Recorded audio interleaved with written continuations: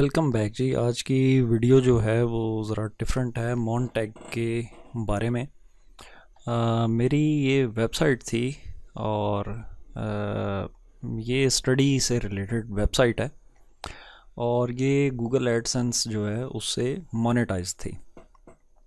तो बाद में मोनेटैग के साथ भी मैंने मोनेटाइजेशन इसकी करवाई। तो उसके बाद एड्स का एक एक्सप्लोजन था जो कि इस वेबसाइट के ऊपर जैसे कि आप देख रहे हैं। और वो प्रॉब्लम बना मल्टी टैग से। मल्टी टैग जिस वक्त मैंने एक्टिव किए तो वो बहुत सारे लोग वैसे भी सारे जो हैं वो मल्टी टैग यूज़ करते हैं। तो प्रॉब्लम ये बन जाता है कि मल्टी टैग मॉन टैग के ऊपर वो आपकी साइट से हटते नहीं हैं।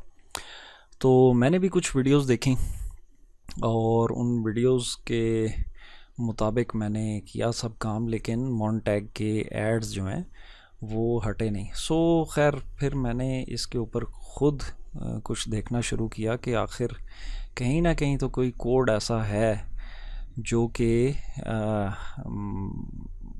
हेडर के अंदर या कहीं पे भी वो कोड एग्जिस्ट कर रहा है इनका, जिसकी वजह से इनके एड्स जो हैं वो यहाँ से जा नहीं रहे। तो फिर फाइनली मैंने वो सॉल्व किया प्रॉब्लम, तो मैं आपके साथ शेयर कर देता हूँ। ये मैं ऑलरेडी हटा चुका हूँ और ये सिर्फ समझाने के लिए मैंने दोबारा से जो है वो एड्स को मल्टी टैग्स को एक्टिव किया है यहाँ पे। जैसे कि आप ये देख रहे हैं कि एक ऐड ये आ गया, अब ये हटेगा तो ये आ जाएगा, और इसके अलावा भी जैसे ये आ गया। तो ये बहुत ज़्यादा एड्स का एक्सप्लोजन। अब जैसे ये फॉर एग्ज़ाम्पल अगर इसी की बात की जाए तो ये एजुकेशन से रिलेटेड है जिसको बच्चे ऑब्वियसली देखते हैं, और कुछ एड्स ऐसे आ जाते हैं कि जो कि बिल्कुल भी यहाँ पे शो नहीं होने चाहिए, और वो बड़ा एम्बैरसिंग सी इसकी लुक बन जाती है और व्यूअर भी उससे डिस्टर्ब होता है। तो सबसे पहले तो ये काम आप करेंगे कि जैसे कि अपनी जो होस्टिंग आपने जहाँ से ली हुई है, जैसे मेरे केस में मैंने होस्टिंगर से ली थी, तो होस्टिंगर के आपने चला जाना है डैशबोर्ड के ऊपर, और इसमें आपने सिंपली फ़ाइल मैनेजर के अंदर जाना है। और फाइल मैनेजर के अंदर यहाँ पे मैंने दो फाइल्स अपलोड की थी। एक फ़ाइल जो है वो तो इसकी वेबसाइट वेरिफिकेशन की थी, और एक जो था वो टैग्स की, जो भी आपके एड्स डिस्प्ले होते हैं। तो अगर आपके केस में अगर आपने सिर्फ एक फ़ाइल वेबसाइट वेरिफिकेशन की है तो आपकी एक होगी, मैंने दो की थी तो मेरी दो हैं यहाँ पे। तो पब्लिक HTML में आ जाएंगे आप, और ये फाइल्स हैं sw.js। ये sw.js जो है ये मेरी वेबसाइट वेरिफिकेशन की फ़ाइल थी, जबकि sw1 जो है ये भी sw फाइल ही है, लेकिन वो डिफ्रेंशिएट करने के लिए मैंने इसको अलग नंबर दिया हुआ। तो ये थी मेरी जो मल्टी टैग्स हैं या इनकी जो एड्स वगैरह हैं उनकी ये जावास्क्रिप्ट की फ़ाइल है। तो सबसे पहले तो आपने इन दोनों को डिलीट कर देना है यहाँ से। और जैसे कि ये मैंने एक की, और उसके बाद मैं ये दूसरी भी यहाँ से डिलीट कर देता हूँ। अच्छा, ये सारी वीडियोस में है और ये सारे ही करते होंगे ऑब्वियसली, लेकिन इसके बावजूद जो है वो मेरी वेबसाइट से जो ऐड हैं वो नहीं हटे। तो उसके बाद हमने चला जाना है जी इसकी अपीयरेंस के अंदर, और थीम फाइल एडिटर में जाके यहाँ पे आपने चेक कर लेना है कि कोई कोड वगैरह इसका header.php में कि हेडर सेक्शन के अंदर कोई मॉन्टैग का कोड अगर है तो उसको यहाँ से रिमूव कर दें। तो मैंने यहाँ से रिमूव कर चुका हूँ मैं ऑलरेडी, लेकिन अगर आपका मॉन्टैग का कोई कोड यहाँ पे लगा हुआ है और इसको सर्च करना फाइंड करना बहुत इजी है, आप फाइंड के अंदर जाएं Ctrl+F और यहाँ पे मॉन्टैग लिखें MONETAG। तो मॉन्टैग का अगर कोई कोड है तो उसको यहाँ से आप रिमूव कर दें। अच्छा, ये भी बताया गया, तो ये भी मैंने रिमूव कर दिया, यहाँ से मैं रिमूव कर चुका हूँ। आपके केस में अगर है तो आप इसको रिमूव कर दें। तो ये स्टेप नंबर 2 हो गया। अब इसके बाद भी जो एड्स हैं वो शो हो रहे थे, और एक दो दिन मैंने वेट किया, लेकिन एड्स जो हैं वो कॉन्टीन्यूसली यहाँ पे शो हो रहे थे, हालांकि सब कुछ मैं यहाँ से डिलीट कर चुका था।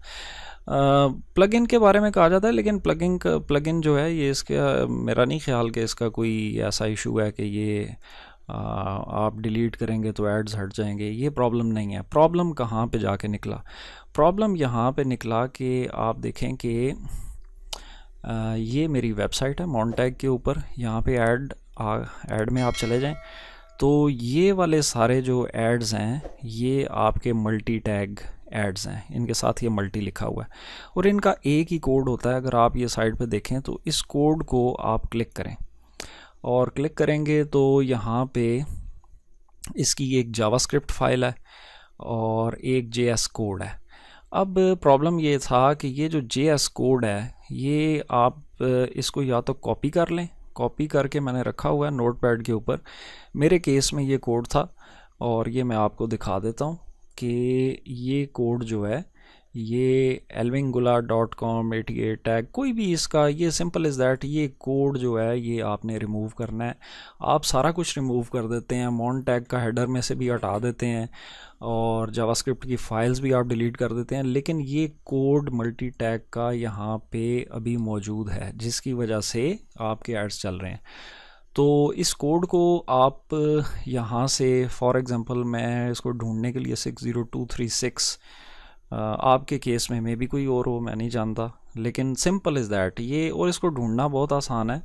आप ये सिंपल आप अपनी मॉन्टैग की वेबसाइट के ऊपर जो भी लॉगिन करेंगे आप चले जाएं और ये मल्टी टैग का ये गेट टैग है, इसको आप क्लिक करेंगे तो ये आप, ये तो फाइल है ना जेएस की और ये है वो कोड। ये यहाँ से मेरे केस में जिस वक्त मैंने ये फ़ाइल अपलोड की थी वहाँ पे अभी जहाँ से मैंने डिलीट की है जावास्क्रिप्ट की, तो ये कोड आई थिंक ये ऑटोमेटिकली जनरेट हो जाता है हेडर सेक्शन के अंदर। तो इस कोड को आपने ढूंढना है। ये कोड जो है 60236, तो इसको जाके मैं चूँकि हेडर सेक्शन के लिए मैं प्लगइन यूज़ करता हूँ कोड स्निपेट, तो इसके अंदर ये मैं चला जाऊंगा कोड स्निपेट के हेडर एंड फुटर में, ये हेडर एंड फुटर। तो यहाँ पे देखें कि ये कोड है इसका 60236, तो ये इसको मैं यहाँ से रिमूव करने लगा। ये मैंने यहाँ से इसको रिमूव कर दिया। अब जिस वक्त ये रिमूव मैंने कर दिया तो सेव चेंजेस, आपके केस में मे बी आप प्लगइन ना यूज़ करते हो तो आपके केस में सिंपली आपने अपीयरेंस के अंदर जाके थीम फाइल एडिटर और उसमें हेडर .php के अंदर आपने चले जाना है, तो आपको ये फ़ाइल यहाँ से आपको ये कोड मिल जाएगा। अगर यहाँ पे नहीं, अगर आप प्लगइन यूज़ करते हैं तो उसके अंदर होगा या header.php के अंदर, ये दो जगह हैं, तीसरी जगह इसकी कोई नहीं है। तो ये कोड जो है आपने मल्टी टैग का यहाँ से रिमूव करना है। और याद रखें जब भी आप ये कोड्स वगैरह रिमूव करते हैं या कोई भी ऐसा काम करते हैं तो कोई अगर आप, जैसे मैं light speed cache plugin use परता हूँ तो इसको पर्ज ऑल ज़रूर करें। तो पर्ज ऑल जिस वक्त आप करेंगे तो आपके आई होप सारे जो हैं वो प्रॉब्लम यहाँ से सॉल्व हो जाएंगे। तो यहाँ से मैं रिमूव इसको कर चुका हूँ। तो अब हम इसको जाके देख लेते हैं कि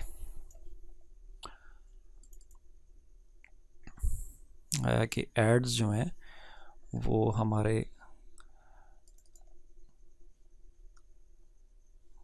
रुके हैं या नहीं।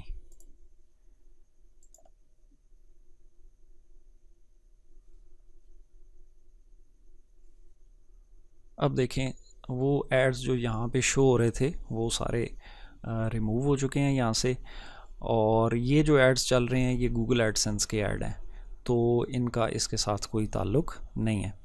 अब ये तो प्रॉब्लम सॉल्व हो गया, लेकिन मैं चाहता हूँ कि जो मॉन टैग है इसको मैं रिमूव नहीं करना चाहता, बल्कि मैं चाहता हूँ कि मेरी मर्ज़ी के मुताबिक जैसे पोपेंडर ऐड है, ये ऐड जो है ये मैं यहाँ पे लगाना चाहता हूँ। तो इसके लिए अब क्या करें? इसके लिए एक बात ये है कि आपकी वेबसाइट जो है उसके अंदर अभी देखें हमने डिलीट क्या किया। डिलीट हमने किया जी कि एक तो साइट वेरिफिकेशन का जो कोड था जावास्क्रिप्ट की, हमने 2 फाइलें यहाँ से डिलीट की हैं। उसके अंदर एक मल्टी टैग का था और एक वेरिफिकेशन का कोड था। जो वेरिफिकेशन का कोड है वो ज़ाहिर है होना चाहिए, मैं इसको मॉन टैग से रिमूव नहीं करना चाहता इसे। तो उसके लिए मैं दोबारा पब्लिक HTML के अंदर चला जाऊंगा और यहाँ से जो मेरी वेरिफिकेशन की फ़ाइल थी उसको मैं यहाँ से इसको अपलोड कर देता हूँ, SW फाइल। तो SW फाइल जो है ये यहाँ पे आ चुकी है। और उसके बाद यानी एक स्टेप ये हो गया, और उसके बाद मैं इनकी जो वेबसाइट है जो मैंने ख़ुद क्रिएट किया है, पोपेंडर ऐड मल्टी टैग का नहीं, पोपेंडर ऐड ख़ुद जो है क्रिएट किया। आप यहाँ से जोन में जाके ऐड जोन आप क्रिएट कर सकते हैं।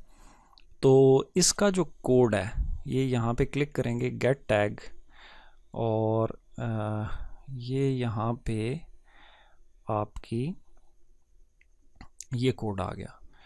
तो इस कोड को यहाँ से मैं कॉपी करता हूँ और कॉपी करके जो हेडर है, हेडर के अंदर जाके, जैसे कि मैंने बताया कि मैं प्लगइन यूज़ करता हूँ, तो उसके हेडर सेक्शन में, हेडर एंड फुटर में जाके इसको मैं यहाँ पे पेस्ट कर देता हूँ। तो ये मैंने पेस्ट कर दिया और सेव चेंजेस के बाद पर्ज ऑल ज़रूर कर दें।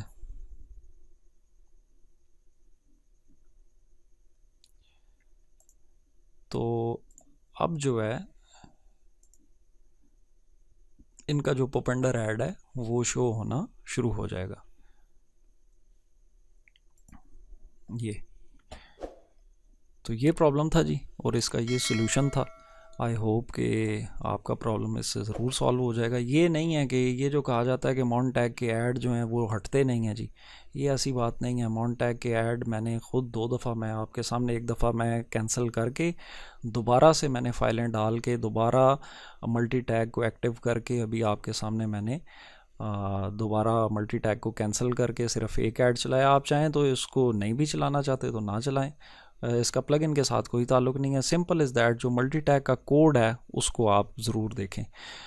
मे बी ज़रा कॉम्प्लिकेटेड हो, लेकिन अगर आप इसको बैक जाके पीछे से दोबारा पूरा प्रोसेस देखें तो आपको आई होप ज़रूर इससे प्रॉब्लम आपका सॉल्व हो जाएगा। कोई क्वेश्चन हो तो मुझे ज़रूर बताएं, अगर मैं हेल्प कर सकता हुआ ज़रूर करूँगा। Thank you.